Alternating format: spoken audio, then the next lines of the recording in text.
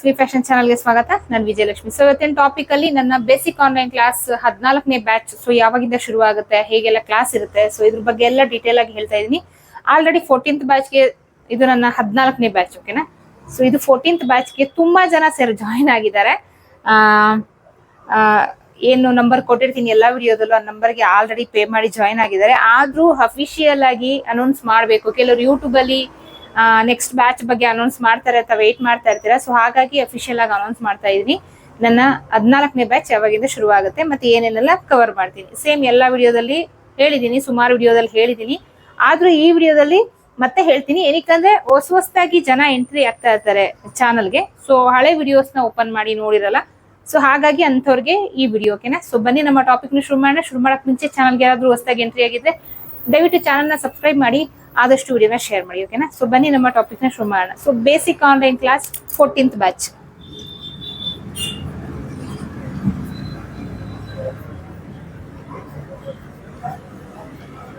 So ಫಸ್ಟ್ಗೆ ನಾನು ಇಲ್ಲಿ ಕ್ಲಾರಿಟಿ ಕೊಟ್ಬಿಡ್ತೀನಿ. ಆನ್ಲೈನ್ ಕ್ಲಾಸ್ ಅಂತ ಅಂದ್ರೆ ಕೆಲವರು ಸುಮಾರಷ್ಟು ಕಾಲ್ಸ್ ಅಲ್ಲಿ ನನ್ ಕೇಳೋದೆ, ನೀವು ಲೈವ್ ತಗೊಳ್ತೀರಾ, ಲೈವ್ ಅಲ್ಲಿ ನಾವು ಅಟ್ ಎ ಟೈಮ್ ನಾನು ಯಾವ ಟೈಮಿಂಗ್ ಫಿಕ್ಸ್ ಮಾಡ್ತೀನಿ ಆ ಟೈಮ್ಗೆ ಕೂರಕ್ ಆಗಲ್ಲ ಅಂತೇಳಿ ತುಂಬಾ ಜನ ಕನ್ಫ್ಯೂಷನ್ ಮಾಡ್ಕೊಂಡಿರ್ತೀರಾ.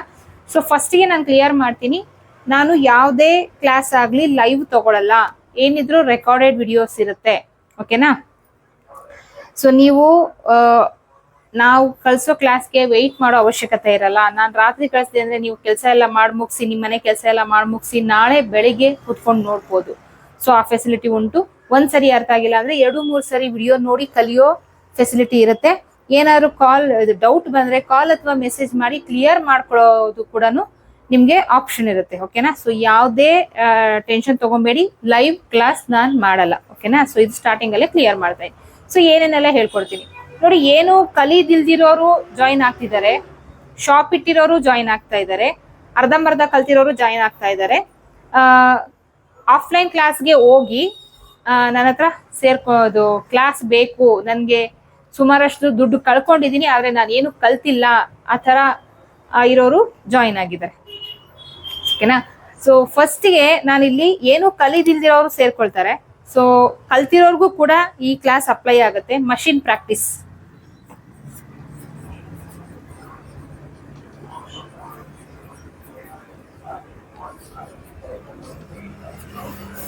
ಮಷಿನ್ ಪ್ರಾಕ್ಟೀಸ್ ಫಸ್ಟಿಗೆ ಇರುತ್ತೆ. ಓಕೆನಾ. ಸೊ ಇದು ಕೆಲವರು ತಲೆಯಲ್ಲಿ ಕೂತ್ಕೊಂಡ್ಬಿಟ್ಟಿದೆ, ಸ್ಟ್ರೈಟ್ ಆಗಿ ಸ್ಟಿಚ್ ಹಾಕಿದ್ರೆ ಟೈಲರ್, ನಾನು ಮಿಷಿನ್ ಮಷಿನ್ ಅಲ್ಲಿ ಸ್ಟಿಚ್ ಮಾಡೋದು ಕಲ್ತ್ಕೊಂಡ್ಬಿಟ್ಟೆ ಅಂತ ಹೇಳಿ ಸುಮಾರಷ್ಟು ಜನದಲ್ಲಿ ತಲೆಯಲ್ಲಿ ಇರುತ್ತೆ.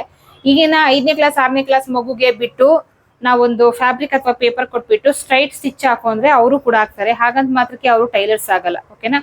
ಅದಕ್ಕೆ ಅಂತ ಒಂದು ವೇ ಇದೆ. ಆ ವೇನಲ್ಲಿ ಮಷಿನ್ ಪ್ರಾಕ್ಟೀಸ್ ನ ನೀವು ಕಲ್ತ್ಕೊಂಡ್ರೆ ಫಿನಿಶಿಂಗ್ ಬರುತ್ತೆ ಕೈಯಲ್ಲಿ.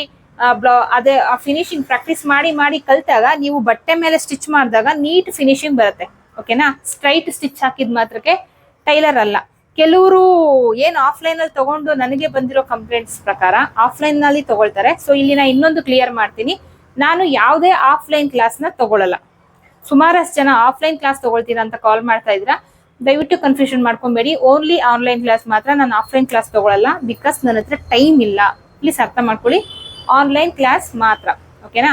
ಸೊ ಕೆಲವರು ಆಫ್ಲೈನ್ ಕ್ಲಾಸ್ಗೆ ಹೋಗಿ ಸೇರ್ಕೊಂಡು ಏನು ಕಲಿದಿರಾ ಸುಮಾರಷ್ಟು ಜನ ಸೇರ್ಕೊಂಡು ನನ್ನ ಹತ್ರ ಎಕ್ಸ್ಪರ್ಟ್ಸ್ ಆಗಿದ್ದಾರೆ. ಸೊ ಫುಲ್ಲು ಡೀಟೇಲ್ ನಿಮ್ಗೆ ಆನ್ಲೈನ್ ಕ್ಲಾಸಲ್ಲೇ ಸಿಗುತ್ತೆ, ಆಫ್ಲೈನ್ ಕ್ಲಾಸ್ ಅವಶ್ಯಕತೆ ಇಲ್ಲ. ಸೊ ನನಗೆ ಬಂದಿರೋ ಕಂಪ್ಲೇಂಟ್ಸ್ ಪ್ರಕಾರ ನೀಟಾಗಿ ಹೇಳ್ಕೊಟ್ಟಿರಲ್ಲ ಅಥವಾ ನೀಟಾಗಿ ಕಲ್ತಿರಲ್ಲ. ಸೊ ಅದಕ್ಕೆ ಏನ್ ಕಾರಣ? ಸೊ ಅದಕ್ಕೆ ಮೇನ್ ರೀಸನ್, ಹೋಗಿದ ತಕ್ಷಣ ಕೆಲವರು ನೀವೇ ಕೇಳ್ತೀರಾ, ಟೀಚರ್ಸ್ ಹೇಳ್ಕೊಡೋದಲ್ಲ, ನೀವೇ ಹೋಗಿದ ತಕ್ಷಣ ಕೇಳ್ತೀರಾ, ನನಗೆ ಬ್ಲೌಸ್ ಒಂದು ಸಾಕು, ನನಗೆ ಬ್ಲೌಸ್ ಹೇಳ್ಕೊಟ್ಬಿಡಿ ಅಂತ. ಸೊ ಅವ್ರಿಗೆ ಆಫ್ಲೈನ್ ಕ್ಲಾಸ್ಗೆ ಕಸ್ಟಮರ್ಸ್ ಬೇಕಾಗಿರುತ್ತೆ. ಏನಕ್ಕಂದ್ರೆ ಅವ್ರು ಶಾಪ್ ಇಟ್ಕೊಂಡು ಶುರು ಮಾಡಿರ್ತಾರೆ.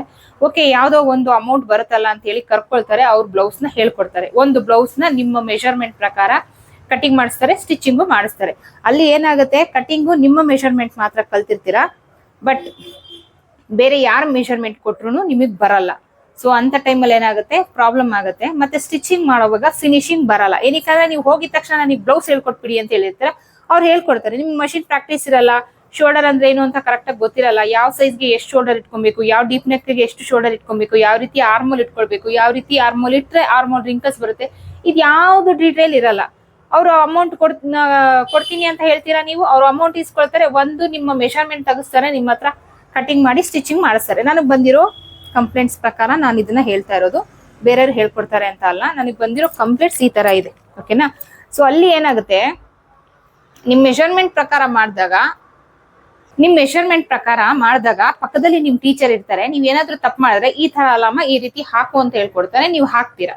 ಸೊ ಆ ಬ್ಲೌಸು ಮಾಡ್ತೀರಾ. ಆಮೇಲೆ ಸ್ಟಿಚಿಂಗ್ ಅಧ್ವಾನ ಆಗಿರುತ್ತೆ, ಏನಕ್ಕಂದ್ರೆ ಮಷಿನ್ ಪ್ರಾಕ್ಟೀಸ್ ಇರಲ್ಲ, ಸ್ಟಿಚಿಂಗ್ ಅಧ್ವಾನ ಆಗಿರುತ್ತೆ. ಅವ್ರು ಹೇಳ್ತಾರೆ ಹೋಗ್ತಾ ಹೋಗ್ತಾ ನಿಮಗೆ ಪ್ರಾಕ್ಟೀಸ್ ಆಗುತ್ತೆ ಅಂತ. ಸೊ ಅಲ್ಲಿಗೆ ನಿಮ್ ಬ್ಲೌಸ್ ಕತೆ ಮುಗೀತು.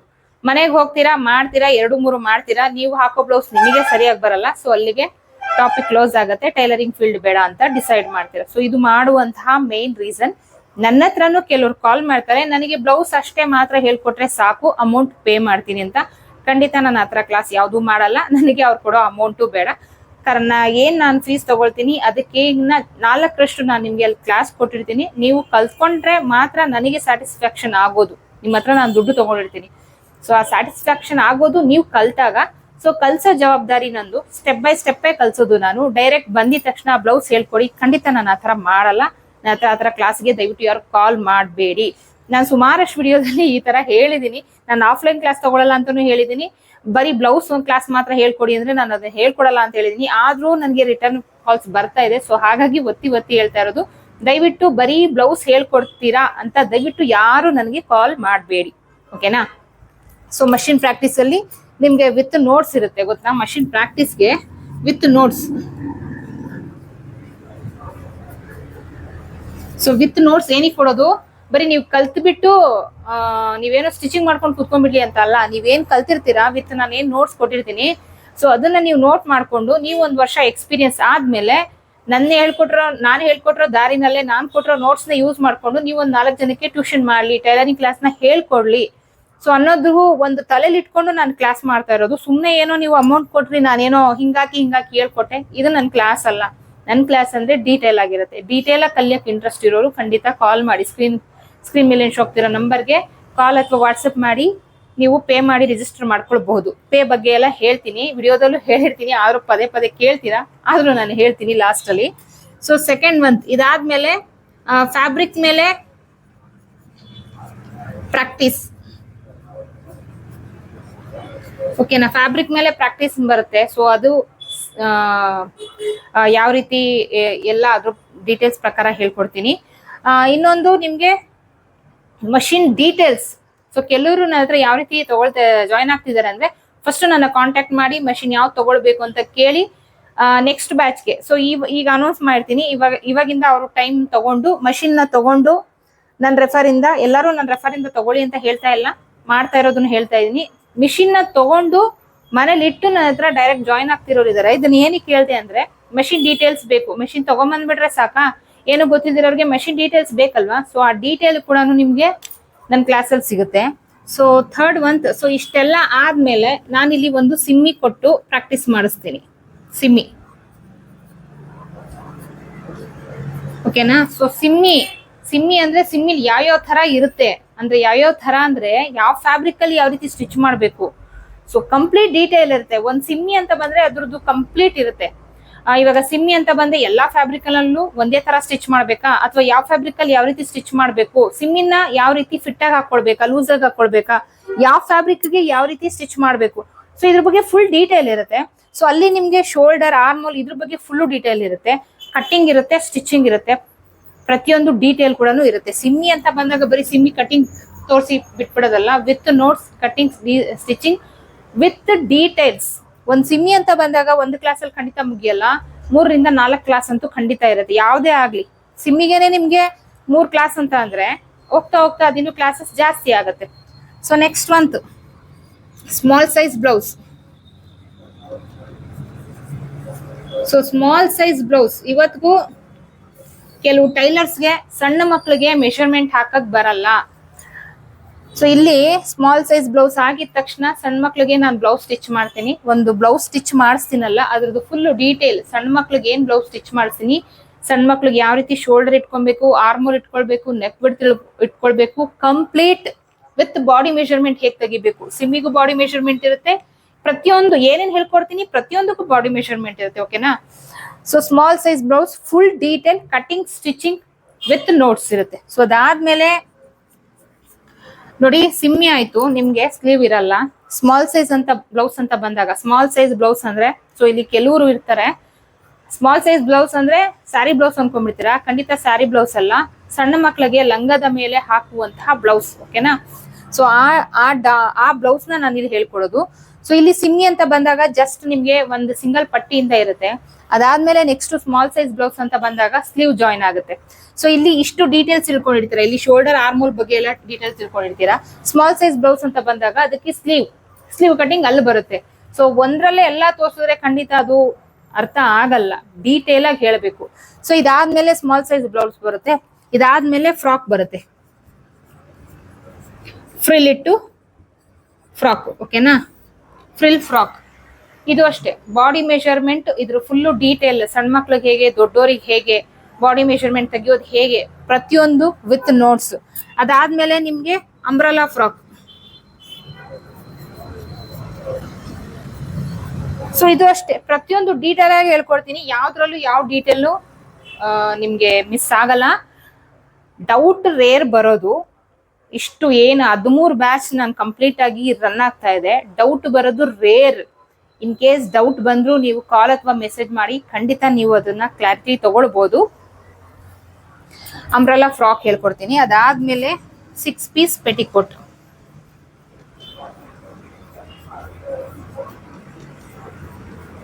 So 6 piece petticoat. ಅದಾದ್ಮೇಲೆ ನಿಮ್ಗೆ ಹೇಳ್ಕೊಡೋದು ಲೆಹೆಂಗಾ. ಓಕೆನಾ. ಸೊ ನೋಡಿ ಲೆಹೆಂಗಾ ಅಂತ ಬಂದಾಗ ನಿಮ್ಗೆ ಇಲ್ಲಿ ನೋಡಿ ಸ್ಮಾಲ್ ಸೈಜ್ ಬ್ಲೌಸ್. ಈ ಬ್ಲೌಸ್ ನ ಈ ಲೆಹೆಂಗಾಗೆ ನೀವು ರೆಡಿ ಮಾಡ್ಕೊಳ್ಬಹುದು. ಲೆಹೆಂಗಾ ಅಂತ ಬಂದಾಗ ಒಂದೇ ಸಾರಿ ಬ್ಲೌಸ್ ಹೇಳಿ ನೆಕ್ಸ್ಟ್ ನಾನು ಲೆಹೆಂಗಾ ಹೊಟ್ಟೋಗಲ್ಲ. ಸ್ಟಾರ್ಟಿಂಗ್ ಇಂದ ನಾನು ಸ್ಟೆಪ್ ಬೈ ಸ್ಟೆಪ್ ಹೇಳ್ಕೊಡೋದು. ಪ್ರತಿಯೊಂದು ವಿಡಿಯೋದಲ್ಲೂ ಹೇಳಿದ್ದೀನಿ, ಸ್ಟೆಪ್ ಬೈ ಸ್ಟೆಪ್ ಕಲಿಬೇಕು, ಸ್ಟೆಪ್ ಬೈ ಸ್ಟೆಪ್ ಹೇಳ್ಕೊಡೋದು. ಇಲ್ಲಿ ಸ್ಮಾಲ್ ಸೈಜ್ ಬ್ಲೌಸ್ ಪ್ರಾಕ್ಟೀಸ್ ಮಾಡಿರ್ತೀರಾ, ಇಲ್ಲಿ ಬಂದಾಗ ನಿಮ್ಗೆ ಲೆಹೆಂಗಾ ಸಿಗುತ್ತೆ. ಇದಕ್ಕೂ ಕನೆಕ್ಟ್ ಆಗುತ್ತೆ. ಸಪೋಸ್ ನೀವು ದೊಡ್ಡವ್ರಿಗೆ ಸ್ಟಿಚ್ ಮಾಡ್ತಿದ್ದೀರಾ, ಒಂದು 20 ವರ್ಷ 18 ವರ್ಷ ಈ ತರ ಹುಡುಗಿಗೆ ಸ್ಟಿಚ್ ಮಾಡ್ತಾ ಇದ್ದೀರಾ ಅಂದಾಗ ಈ ಬ್ಲೌಸ್ ಹಾಕೊಳಕ್ ಆಗಲ್ಲ, ಸ್ಮಾಲ್ ಸೈಜ್ ಬ್ಲೌಸ್ ವೇರ್ ಮಾಡಕ್ ಆಗಲ್ಲ. ಸೊ ಅವಾಗ ನಿಮ್ಗೆ ಲಾಸ್ಟ್ ಅಲ್ಲಿ ನಾನು ಬ್ಲೌಸ್ ಇಟ್ಟಿರ್ತೀನಿ, ನೀವು ಅದನ್ನ ಯೂಸ್ ಮಾಡ್ಕೊಳ್ಬಹುದು. ಸೊ ನೋಡಿ ಇಲ್ಲಿ ಇದು ಲೆಹೆಂಗಾ ಆದ್ಮೇಲೆ ಒಂದು ಡ್ರೆಸ್ ಪೀಸ್. ಸೊ ಏನ್ ಒಂದ್ ಡ್ರೆಸ್ ಪೀಸ್ ತಗೊಳ್ತೀವಿ, ಟಾಪ್ ಮತ್ತೆ pant complete cutting stitching with body measurement with notes, ಒಂದು ಡ್ರೆಸ್ ನ ರೆಡಿ ಮಾಡಿಸೋ ಜವಾಬ್ದಾರಿ ಇರುತ್ತೆ. ಅದಾದ್ಮೇಲೆ 10ನೇದಕ್ಕೆ ನಾನು ನಾರ್ಮಲ್ 4 ಡಾಟ್ ಬ್ಲೌಸ್.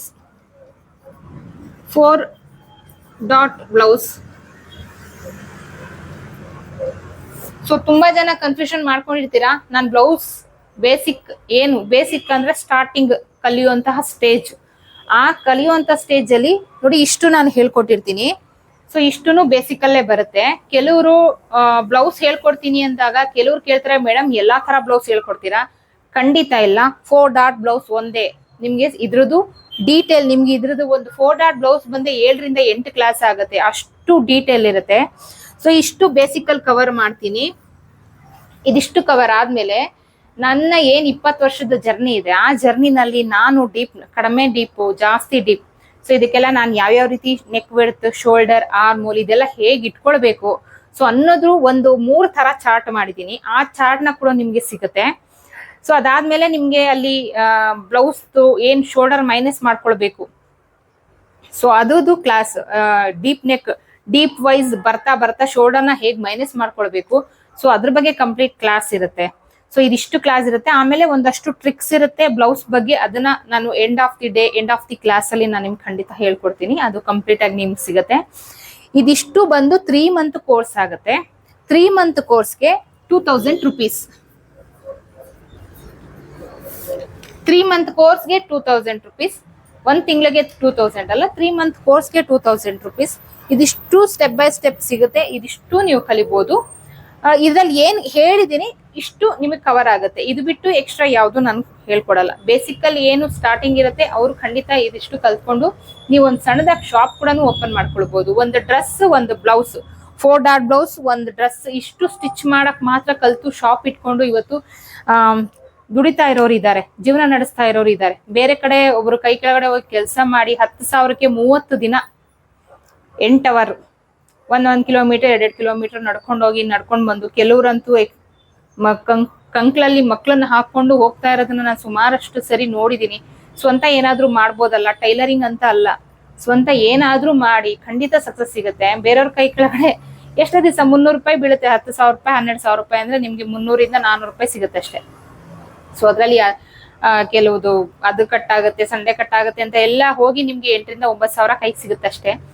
ತಗೊಂಡು ಬೆಂಗಳೂರಲ್ಲಿ ಅಥವಾ ಬೇರೆ ಕಡೆ ಎಲ್ಲೂ 10,000ದಲ್ಲಿ ಜೀವನ ಮಾಡೋದು ತುಂಬಾ ಕಷ್ಟ ಇದೆ. ಮಕ್ಳು ಫೀಸ್ ಕಟ್ಕೊಂಡು ಖಂಡಿತ ಸ್ವಂತ ಏನಾದ್ರೂ ಮಾಡಿ, ಟೈಲರಿಂಗ್ ಅಂತ ಅಲ್ಲ, ಯಾವ್ದಾದ್ರು ಫೀಲ್ಡ್ ಆಗ್ಲಿ, ತರಕಾರಿ ಮಾರೋದಾಗ್ಲಿ, ಯಾವ್ದಾದ್ರು ಫೀಲ್ಡ್ ಆಗ್ಲಿ, ಸ್ವಂತ ಮಾಡಿ ಖಂಡಿತ ಅದರಿಂದ ಬೆನಿಫಿಟ್ ಇದೆ.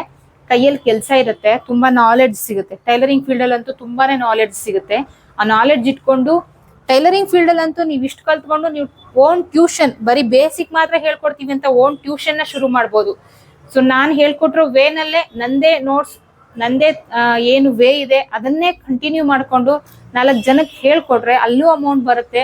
ನೀವು ಒಂದಷ್ಟು ಬ್ಲೌಸ್ ಡ್ರೆಸ್ ಸ್ಟಿಚ್ ಮಾಡ್ಕೊಂಡ್ರೆ ಅಲ್ಲೂ ಅಮೌಂಟ್ ಬರುತ್ತೆ. ನೀವು ಹೋಗಿ ಹೊರಗಡೆ 10,000 ದುಡಿತಿರಲ್ಲ, ಸೊ ಅದಕ್ಕಿಂತ ಏನ್ ಲಾಸ್ ಇಲ್ಲ, ಇನ್ನು ಜಾಸ್ತಿನೇ ತಗೊಳ್ಬಹುದು. ಸ್ಟಾರ್ಟಿಂಗ್ ಸ್ಟೇಜ್ ಅವ್ರಿಗೆ ಹೇಳ್ತಾ ಇರೋದು ನಾನು, ಎಕ್ಸ್ಪರ್ಟ್ಸ್ಗಲ್ಲ, ಸ್ಟಾರ್ಟಿಂಗ್ ಸ್ಟೇಜ್ ಅವರೇ ನೀವು ಜಾಸ್ತಿನೇ ತಗೊಳ್ಬಹುದು. ನೀವು ಏನ್ ಮಾಡ್ತೀರಾ ಅನ್ನೋದ್ರ ಮೇಲೆ, ಪ್ಲಸ್ ಇದಿಷ್ಟು ಸ್ಟಿಚ್ ಮಾಡ್ತಾ ಪ್ಲಸ್ ಆಲ್ಟ್ರೇಷನ್ಸ್ ಎಲ್ಲ ತಗೊಂಡ್ರೆ ಖಂಡಿತ ನೀವು 20,000 ಇಂದ 30,000 ರೂಪಾಯಿ ಸ್ಟಾರ್ಟಿಂಗ್ ಲೆವೆಲ್ ನಾನು ಹೇಳ್ತಾ ಇರೋದು. ಎಕ್ಸ್ಪರ್ಟ್ಸ್ ಅಲ್ಲ, ಸ್ಟಾರ್ಟಿಂಗ್ ಲೆವೆಲ್ 20,000 ಇಂದ 30,000 ಖಂಡಿತ ದುಡಿಬಹುದು. ಮಿನಿಮಮ್ 20,000 ಖಂಡಿತ ದುಡಿಬಹುದು, ಲಾಸ್ ಇಲ್ಲ. ಬಟ್ ಈ ಕೆಲಸ ಕಲ್ತಿದ್ದ ತಕ್ಷಣಕ್ಕೆ ಏನು 30,000, 40,000, 50,000 ಎಲ್ಲ ದುಡಿಯಕ್ಕಾಗಲ್ಲ. ನೀವು ಸ್ಟೆಪ್ ಬೈ ಸ್ಟೆಪ್ ಕಲಿಬೇಕು. 6 ತಿಂಗಳು ಎಕ್ಸ್ಪರ್ಟ್ ಆಗ್ಬೇಕು, ಎಕ್ಸ್ಪೀರಿಯನ್ಸ್ ಮಾಡ್ಬೇಕು, ಹಾರ್ಡ್ ವರ್ಕ್ ಅಂತೂ ಖಂಡಿತ ಮಾಡ್ಬೇಕು. ಕೆಲವರು ಈ ಓಡಾಡ್ತಾ ಇದೆ ಯೂಟ್ಯೂಬ್ ಅಲ್ಲಿ, ಈ ತರ ಪೂಜೆ ಮಾಡಿ ಸಕ್ಸಸ್ ಆಗ್ತೀರಾ, ಈ ತರ ಪೂಜೆ ಮಾಡಿ ಸಕ್ಸಸ್ ಆಗ್ತೀರಾ ಅಂತ. ನನ್ನ ಜರ್ನಿನಲ್ಲಿ ನಾನು ಯಾವ್ದು ಪೂಜೆ ಮಾಡ್ತೀನಿ ಖಂಡಿತ ನಿಮ್ಗೆ ಕವರ್ ಆಗ್ತಾ ಇಲ್ಲ. ನಾನು ನನ್ನ ಶಾಪಲ್ಲಿ ದೇವ್ರ ಫೋಟೋ ಇಟ್ಟಿದ್ದೀನಿ, ನಾನು ದೀಪ ಹಚ್ತೀನಿ. ಕೆಲವೊಂದ್ ಸರಿ ಹೇಗಿರುತ್ತೆ ಅಂತ ಅಂದ್ರೆ, ಈ ಹಬ್ಬಗಳ ಟೈಮಲ್ಲಿ ಶಾಪಿಗೆ ಎಂಟ್ರಿ ಕೊಟ್ಟಿದ ತಕ್ಷಣ ಫೋಟೋ ಕಡೆ ನೋಡೋಕ್ಕೂ ಟೈಮ್ ಇರಲ್ಲ, ಅಷ್ಟು ಕೆಲಸ ಪ್ರೆಷರ್ ಇರುತ್ತೆ. ಸರ್ ದೀಪ ಹಚ್ಚೋದು ಇಲ್ಲ ಪ್ರೆಷರ್ ಇದ್ದಾಗ. ಪ್ರೆಷರ್ ತುಂಬಾ ಒಂದು 5 ನಿಮಿಷನೂ ನನಗೆ ಇಂಪಾರ್ಟೆಂಟ್ ಅನ್ನೋ ಟೈಮಲ್ಲಿ ನಾನು ಖಂಡಿತ ದೇವ್ರ ಫೋಟೋನು ದೀಪನೂ ಹಚ್ಚಲ್ಲ. ನಾನು ಕೆಲಸ ಮಾಡ್ತೀನಿ. ಮಿಕ್ಕಿದಂತೆ ನನ್ನ ಕೈಯಲ್ಲಿ ಆದಾಗ ನಾನು ದೀಪ ಹಚ್ತೀನಿ. ಅದು ಬಿಟ್ಟು ನಾನು ಆ ಪೂಜೆ ಈ ಪೂಜೆ, ಕೆಲವರು ಕಮೆಂಟ್ ಬಾಕ್ಸ್ ಅಲ್ಲಿ ಆಗ್ತೀರಾ, ಇದನ್ನ ಏನಕ್ಕೆ ಕೇಳ್ತಾ ಇದ್ದೀನಿ ಅಂದ್ರೆ, ಮೇಡಮ್ ಯಾವ ಪೂಜೆ ಮಾಡಿದ್ರೆ ಸಕ್ಸಸ್ ಆಗ್ತೀರಾ, ನಿಮ್ ಲೆವೆಲ್ ಹೆಂಗ್ ಸಕ್ಸಸ್ ಆಗೋದು ಅಂತ ಅಂದ್ರೆ, ನಾನು ಯಾವ ಪೂಜೆನೂ ಮಾಡಲ್ಲ. ದೇವ್ರ ದೀಪ ಹಚ್ತೀನಿ ಖಂಡಿತ, ದೇವಸ್ಥಾನಕ್ಕೆ ಒಂದು ವಿಸಿಟ್ ಆಗ್ತೀನಿ ಖಂಡಿತ, ಅದು ಟೈಮ್ ಇದ್ದಾಗ. ಟೈಮ್ ಇಲ್ಲ ಅಂದ್ರೆ ನಾನು ಅದನ್ನು ಮಾಡಲ್ಲ. ಬಟ್ ನನ್ನ ಕೆಲ್ಸದ ಬಗ್ಗೆ ತುಂಬಾ ಇಂಟ್ರೆಸ್ಟ್ ಇರುತ್ತೆ. ಯಾರು ನನಗೆ ಕೆಲಸ ಈ ಟೈಮಿಗೆ ಬೇಕು ಅಂತ ಕೊಡ್ತಾರೆ, ಆ ಟೈಮ್ಗೆ ಖಂಡಿತ ರೀಚ್ ಮಾಡ್ಲೇಬೇಕು. ಸೊ ಇದು ನನ್ನ ಗುರಿ. ನಾನು ದೀಪ ಹಚ್ತೀನೋ, ಅಂಗಡಿ ಕ್ಲೀನ್ ಮಾಡ್ತೀನೋ ಸೆಕೆಂಡ್ರಿ, ಅವ್ರ ಕೆಲಸ ನಾನು ಫಸ್ಟ್ ಮಾಡ್ಬೇಕು, ಮಿಕ್ಕಿದ್ದೆಲ್ಲ ಆಮೇಲೆ. ಫಂಕ್ಷನ್ಸ್ ಅಟೆಂಡ್ ಮಾಡೋದು, ಸುತ್ತಾಡೋದು, ಇದೆಲ್ಲ ಆಮೇಲೆ. ಫಸ್ಟ್ ನಾನು ಕೊಟ್ಟಿರೋ ಕೆಲಸ ನಾನು ಮಾಡ್ತೀನಿ. ನಾ ಇದನ್ನೇ ಪೂಜೆ ಮಾಡೋದು. ನನ್ನ ಕೆಲಸನೇ ನಾನು ದೇವ್ರು ಅನ್ಕೊಂಡಿರೋದು. ಕಸ್ಟಮರ್ಸೇ ದೇವ್ರು ನಮಗೆ. ಫಸ್ಟ್ ಅವ್ರನ್ನ ಸ್ಯಾಟಿಸ್ಫ್ಯಾಕ್ಷನ್ ಆಗೋ ತರ ಕೆಲಸ ಮಾಡ್ಕೊಡ್ಬೇಕು, ಮಿಕ್ಕಿದ್ದೆಲ್ಲ ಆಮೇಲೆ. ಸೊ ನನ್ನ ಪ್ರಕಾರ ದೇವ್ರನ್ನ ನಂಬಬೇಕು, ಏನೋ ಪೂಜೆ ಮಾಡ್ಬೇಕು, ಆದ್ರೆ ಕೆಲ್ಸನ ಪೂಜೆಗಿನ್ನ ಜಾಸ್ತಿ ಮಾಡ್ಬೇಕು, ಜಾಸ್ತಿ ಹಾರ್ಡ್ ವರ್ಕ್ ಮಾಡ್ಬೇಕು. ಪೂಜೆಗೆ 10 ನಿಮಿಷ ಟೈಮ್ ಇನ್ವೆಸ್ಟ್ ಮಾಡಿ, ಮಿಕ್ಕಿದ ಏನ್ ಟೈಮ್ ಇದೆ ಅದನ್ನೆಲ್ಲ ಕೆಲಸ ಮಾಡಕ್ ಇನ್ವೆಸ್ಟ್ ಮಾಡಿ. ಖಂಡಿತ ನೀವು ಎಕ್ಸ್ಪರ್ಟ್ ಆಗ್ತೀರಾ, ಖಂಡಿತ ನೀವು ಸಕ್ಸಸ್ ಆಗ್ತೀರಾ. ಅದು ಬಿಟ್ಟು ಪೂಜೆ ಮಾಡಿದ್ರೆ ಸಕ್ಸಸ್ ಆಗ್ತೀರಾ, ನೀವು ಈ ಪೂಜೆ ಮಾಡಿ ಟೈಲರಿಂಗ್ ಅಲ್ಲಿ ಸಕ್ಸಸ್ ಆಗ್ತೀರಾ, ನೀವು ಆ ಪೂಜೆ ಮಾಡಿ ಈ ತರ ರೆಮಿಡಿ ಮಾಡಿ. ಸೊ ಇದನ್ನೆಲ್ಲ ಬಿಟ್ಟು ದಯವಿಟ್ಟು ಈ ತರ ಕಮೆಂಟ್ಸ್ ಯಾರು ನನಗೆ ಹಾಕ್ಬೇಡಿ. ನಾನು ಖಂಡಿತ ಅದನ್ನೆಲ್ಲ ನಂಬಲ್ಲ. ದೇವ್ರನ್ನ ನಂಬ್ತೀನಿ, ದೀಪ ಹಚ್ಬೇಕು, ದೀಪ ಹಚ್ತೀನಿ ಅಷ್ಟೇ. ಮಿಕ್ಕಿದೆಲ್ಲ ನಂಬೋದು ನನ್ನ ಕೆಲಸನ, ನನ್ನ ಹಾರ್ಡ್ ವರ್ಕ್ನ. ಸೊ ಇಷ್ಟು ಮಾತ್ರ ಸಜೆಷನ್ ಕೊಡಕ್ಕಾಗೋದು. ಸೊ ಇದ್ರ ಮೇಲೆ ನಿಮ್ ಇಷ್ಟ, ನಿಮ್ಮ ನಂಬಿಕೆ ನಿಮಗ್ ದೊಡ್ಡದು, ಓಕೆನಾ. ಸೊ ಬಟ್ ನನ್ನ ಸಜೆಷನ್ ಖಂಡಿತ ಹಾರ್ಡ್ ವರ್ಕ್ ಮಾಡಿ, ಲೈಫಲ್ಲಿ ಸಕ್ಸಸ್ ಸಿಗುತ್ತೆ. ಏನು ಹಾರ್ಡ್ ವರ್ಕ್ ಮಾಡ್ದಿರಾ, ಏನೂ ಮಾಡ್ದಿರಾ, ಬೇರೆಯವ್ರನ್ನ ನೋಡಿ ನೋಡಿ ಸುಮ್ಮನೆ ಕೂತ್ಕೊಳ್ಳೋದು, ಬೇರೆ ಅವರಷ್ಟು ದುಡಿತಿದ್ದಾರೆ ನಾನು ಏನು ಮಾಡ್ತಿಲ್ಲ ಅಂತ ನೀವು ಬರೀ ಅವ್ರನ್ನ ನೋಡ್ಕೊಂಡ್ ಕೂತ್ಕೊಂಡಿದ್ರೆ, ನೀವು ನೋಡ್ಕೊಂಡ್ ಕೂತಿರ್ಬೇಕಷ್ಟೇ, ನೀವೇನು ಮಾಡಕ್ಕಾಗಲ್ಲ. ನೀವೇನಾದ್ರೂ ಮಾಡ್ಬೇಕು ಅಂದ್ರೆ ನೀವು ಕಷ್ಟಪಟ್ಟು ಕೆಲಸ ಮಾಡ್ಬೇಕು, ನೀವು ಹಾರ್ಡ್ ವರ್ಕ್ ಮಾಡ್ಬೇಕು, ಓಕೆನಾ. ಸೊ ಇದಿಷ್ಟು ನನ್ನ ಬೇಸಿಕ್ ಆನ್ಲೈನ್ ಕ್ಲಾಸ್. ಇನ್ನೊಂದು ಸಜೆಷನ್, ದಯವಿಟ್ಟು ಸ್ಟೆಪ್ ಬೈ ಸ್ಟೆಪ್ ಕಲಿ. ನನ್ನ ಹತ್ರ ಕಲಿತಿರೋ, ನೀವು ಆಫ್ಲೈನ್ ಕಲಿತಿರೋ, ನೀವ್ ಎಲ್ಲಿ ಸೇರ್ಕೊಳ್ತಿರೋ ಅದು ನಿಮ್ಮಿಷ್ಟ. ನಾನು ಯಾರಿಗೂ ಏನು ಹೇಳಲ್ಲ, ನನ್ನ ಹತ್ರ ಸೇರ್ಕೊಳ್ಳಿ ಅಂತ ಹೇಳಲ್ಲ. ನಾನು ಸ್ಟಾರ್ಟಿಂಗ್ ಅಲ್ಲೇ ಹೇಳ್ದೆ, ನಾನು ಡೇಟ್ ಅನೌನ್ಸ್ ಮಾಡಿಲ್ಲ. ಈಗಲೂ ಈ ವಿಡಿಯೋದಲ್ಲೂ ನಾನು ಅನೌನ್ಸ್ ಮಾಡಿಲ್ಲ ಇನ್ನು ಎಷ್ಟನೇ ತಾರೀಕಿಂದ ಶುರುವಾಗುತ್ತೆ ಅಂತ ಹೇಳ್ಬಿಟ್ಟು. ಆದ್ರೂ ಸುಮಾರಷ್ಟು ಜನ ಸೇರ್ಕೊಂಡಿದ್ದಾರೆ. ಅಫಿಷಿಯಲ್ ಆಗಿ ಅನೌನ್ಸ್ ಮಾಡ್ಬೇಕು ಅನ್ನೋ ಒಂದು ಕಾರಣಕ್ಕೆ ನಾನು ಮಾಡ್ತಾ ಇರೋದು. ಈ ಬ್ಯಾಚ್ 14ನೇ ಬ್ಯಾಚ್ ಶುರುವಾಗ್ತಾ ಇರೋದು ಮಾರ್ಚ್ 6ನೇ ತಾರೀಕಿಂದ. ಸೊ ಇನ್ನು 3 ಡೇಸ್ ಇದೆ. ಸೊ ಈ ಸರಿ ಸ್ವಲ್ಪ ಲೇಟ್ ಆಯ್ತು, ಬಿಕಾಸ್ ತಂದು ಸ್ವಲ್ಪ ಪರ್ಸನಲ್ ಪ್ರಾಬ್ಲಮ್ ಆಗಿದ್ರಿಂದ ಈ ನಡುವೆ ನಾನು ನೀಟಾಗಿ ಯೂಟ್ಯೂಬ್ ವಿಡಿಯೋಸ್ ಕೂಡ ಅಪ್ಲೋಡ್ ಮಾಡಕ್ ಆಗಿಲ್ಲ. ತುಂಬಾನೇ ಪ್ರಾಬ್ಲಮ್ ಅಲ್ಲಿ ಇದೆ. ತುಂಬಾ ಕೆಲಸ ಇತ್ತು, ಮನೆ ಕಡೆ ಸ್ವಲ್ಪ ಹೆಲ್ತ್ ಇಶ್ಯೂಸ್ ಇತ್ತು ಮನೆ ಕಡೆಯಲ್ಲಿ ಇರೋರಿಗೆ. ಸೊ ಹಾಗಾಗಿ ನಾನು ಮಾಡೋಕ್ಕಾಗಿಲ್ಲ. ಇನ್ 3 ಡೇಸ್ ಇದೆ ಅಷ್ಟೇ. ಸಲ ನಾನು 10 ದಿನ ಮುಂಚೆನೆ ನಾನು ಅನೌನ್ಸ್ ಮಾಡ್ತಾ ಇದ್ದೆ. ಬಟ್ ಈ ಸರಿ ಮಾರ್ಚ್ 6 ಇಂದ ಶುರು ಮಾಡ್ತಾ ಇದ್ದೀನಿ. ಈ ವಿಡಿಯೋ ಯಾರಾದ್ರೂ ಮಾರ್ಚ್ 6 ಆದ್ಮೇಲೆ ನೀವು ನೋಡಿದ್ರೆ ಖಂಡಿತ 2 ದಿನ 3 ದಿನ ಒಳಗಡೆ ಮತ್ತೆ, ಅಥವಾ ಮಾರ್ಚ್ 7ನೇ ತಾರೀಕು 8, 9, 10ನೇ ತಾರೀಕು ಒಳಗಡೆ, ಮಾರ್ಚ್ 10ನೇ ತಾರೀಕು ಒಳಗಡೆ. ಸೊ ಇದನ್ನ ನಾನು ಎಲ್ಲಾ ಬ್ಯಾಚ್ ಅಲ್ಲಿ ನಾನು ಈ ತರ ಹೇಳ್ತಿರ್ಲಿಲ್ಲ. ಈ ಸರಿ ಬ್ಯಾಚ್ ಅಲ್ಲಿ ನಾನು ಹೇಳ್ತಾ ಇರೋದು ಕಾರಣ ನಾನು ಅನೌನ್ಸ್ ಮಾಡ್ತಾ ಇರೋದು ಲೇಟ್. ಒಂದು ವಿಡಿಯೋ ಮಾಡಕ್ಕೂ ಟೈಮ್ ಸಿಗದಿರೋಷ್ಟು ನನಗೆ ಕೆಲಸ ಇತ್ತು. ಸೊ ನಾನು ಅನೌನ್ಸ್ ಮಾಡ್ತಾ ಇರೋದು ಲೇಟ್ ಆಗಿದ್ರಿಂದ ರೀಚ್ ಆಗೋದು ಕಷ್ಟ ಆಗುತ್ತೆ ಕೆಲವಷ್ಟು ಜನಗಳಿಗೆ. ಸೊ ಹಾಗಾಗಿ ನಾನು ಮಾರ್ಚ್ 10ನೇ ತಾರೀಕುವರೆಗೂ, ಮಾರ್ಚ್ 6ನೇ ತಾರೀಕಿಂದ ಕ್ಲಾಸಸ್ ಸ್ಟಾರ್ಟ್ ಆಗುತ್ತೆ. ಸೇರ್ಕೊಳ್ಳೋಂಗೆ ಲೇಟ್ ಆಯ್ತು ಅಂದ್ರೆ ಮಾರ್ಚ್ 10ನೇ ತಾರೀಕುವರೆಗೂ ನೀವು ಜಾಯಿನ್ ಆಗ್ಬೋದು. ಅದಾದ್ಮೇಲೆ ಬೇಡ. ಸೊ 10ನೇ ತಾರೀಕುವರೆಗೂ ಟೈಮ್ ಕೊಟ್ಟಿದ್ದೀನಿ. ಬಟ್ ಕ್ಲಾಸ್ ಅಂತೂ ಖಂಡಿತ ಮಾರ್ಚ್ 6ನೇ ತಾರೀಕಿಂದ ಶುರುವಾಗುತ್ತೆ. ಸೊ ಯಾರ್ಯಾರಿಗೆಲ್ಲ ಸೇರ್ಕೊಳ್ಳೋಕೆ ಇಂಟ್ರೆಸ್ಟ್ ಇದೆ ಅಂತವರು ಸ್ಕ್ರೀನ್ ಮೇಲೆ ಶೋ ಆಗ್ತಿರೋ ನಂಬರ್ಗೆ ವಾಟ್ಸಪ್ ಮಾಡಿ ಪೇ ಮಾಡಿ ರಿಜಿಸ್ಟರ್ ಮಾಡ್ಕೊಳ್ಬಹುದು. ಸೊ ಇದಿಷ್ಟು ಡೀಟೇಲ್. ಎಲ್ಲಾದ್ರೂ ಕಲೀರಿ, ಹೇಗಾದ್ರೂ ಕಲೀರಿ, ಬಟ್ ಸ್ಟೆಪ್ ಬೈ ಸ್ಟೆಪ್ ಕಲೀರಿ. ಡೈರೆಕ್ಟ್ ಬ್ಲೌಸ್ ಕೋರ್ಸ್ ಬೇಕು, ಬ್ಲೌಸ್ ಕಲ್ತು ಬಿಡ್ತೀನಿ ಆ ತರ ದಯವಿಟ್ಟು ಮಾಡಕ್ ಹೋಗ್ಬೇಡಿ. ನೀವು ಕಲಿಯಲ್ಲ, ನಿಮ್ಮ ಅಮೌಂಟ್ ವೇಸ್ಟು. ಅಮೌಂಟ್ ಹೋದ್ರೆ ಹೋಗ್ಲಿ, ಟೈಮ್ ತುಂಬಾ ವೇಸ್ಟ್ ಆಗುತ್ತೆ. ಟೈಮೇ ಮನಿ. ನೀವು ಎಷ್ಟು ಟೈಮ್ ವೇಸ್ಟ್ ಮಾಡ್ತಾ ಇದ್ದೀರಾ ಅಷ್ಟು ಮನಿ ವೇಸ್ಟ್ ಮಾಡ್ತಾ ಇದ್ದೀರಾ ಅಂತ ನನ್ನ ಪ್ರಕಾರ. ಏನು ಕಲಿದಿರಾ ಖಾಲಿ ಕೈಯಲ್ಲಿ ಕೂತ್ಕೊಳ್ಬೇಕಾಗತ್ತೆ. ದಯವಿಟ್ಟು ಸ್ಟೆಪ್ ಬೈ ಸ್ಟೆಪ್ ಕಲೀರಿ. ಖಂಡಿತ ಟೈಲರಿಂಗ್ ಕಲಿಬಹುದು. ನೀವು ಸ್ಟೆಪ್ ಬೈ ಸ್ಟೆಪ್ ಕಲಿದಿರಾ, ಡೈರೆಕ್ಟ್ ಬ್ಲೌಸ್ ಕಲಿತೀನಿ, ಹಾಗೆ ಕಲಿತೀನಿ, ಹೀಗೆ ಕಲಿತೀನಿ ಅಂತ ಹೋದ್ರೆ ನೀವು ಟೈಲರಿಂಗ್ ಫೀಲ್ಡೇ ಬೇಡ ಅಂತ ಕೂತ್ಕೊಂಡ್ಬಿಡ್ತೀರಾ. ಓಕೆನಾ? ಸೊ ವಿಡಿಯೋ ಇಷ್ಟ ಆದ್ರೆ ಲೈಕ್ ಕೊಡೋದನ್ನ ಮರಿಬೇಡಿ. ಆದಷ್ಟು ವಿಡಿಯೋನ ಶೇರ್ ಮಾಡಿ. ಸೊ ನೆಕ್ಸ್ಟ್ ಟಾಪಿಕ್ ಜೊತೆಗೆ ಸಿಗ್ತೀನಿ. ಅಲ್ಲಿವರೆಗೂ take care, bye. Thank you.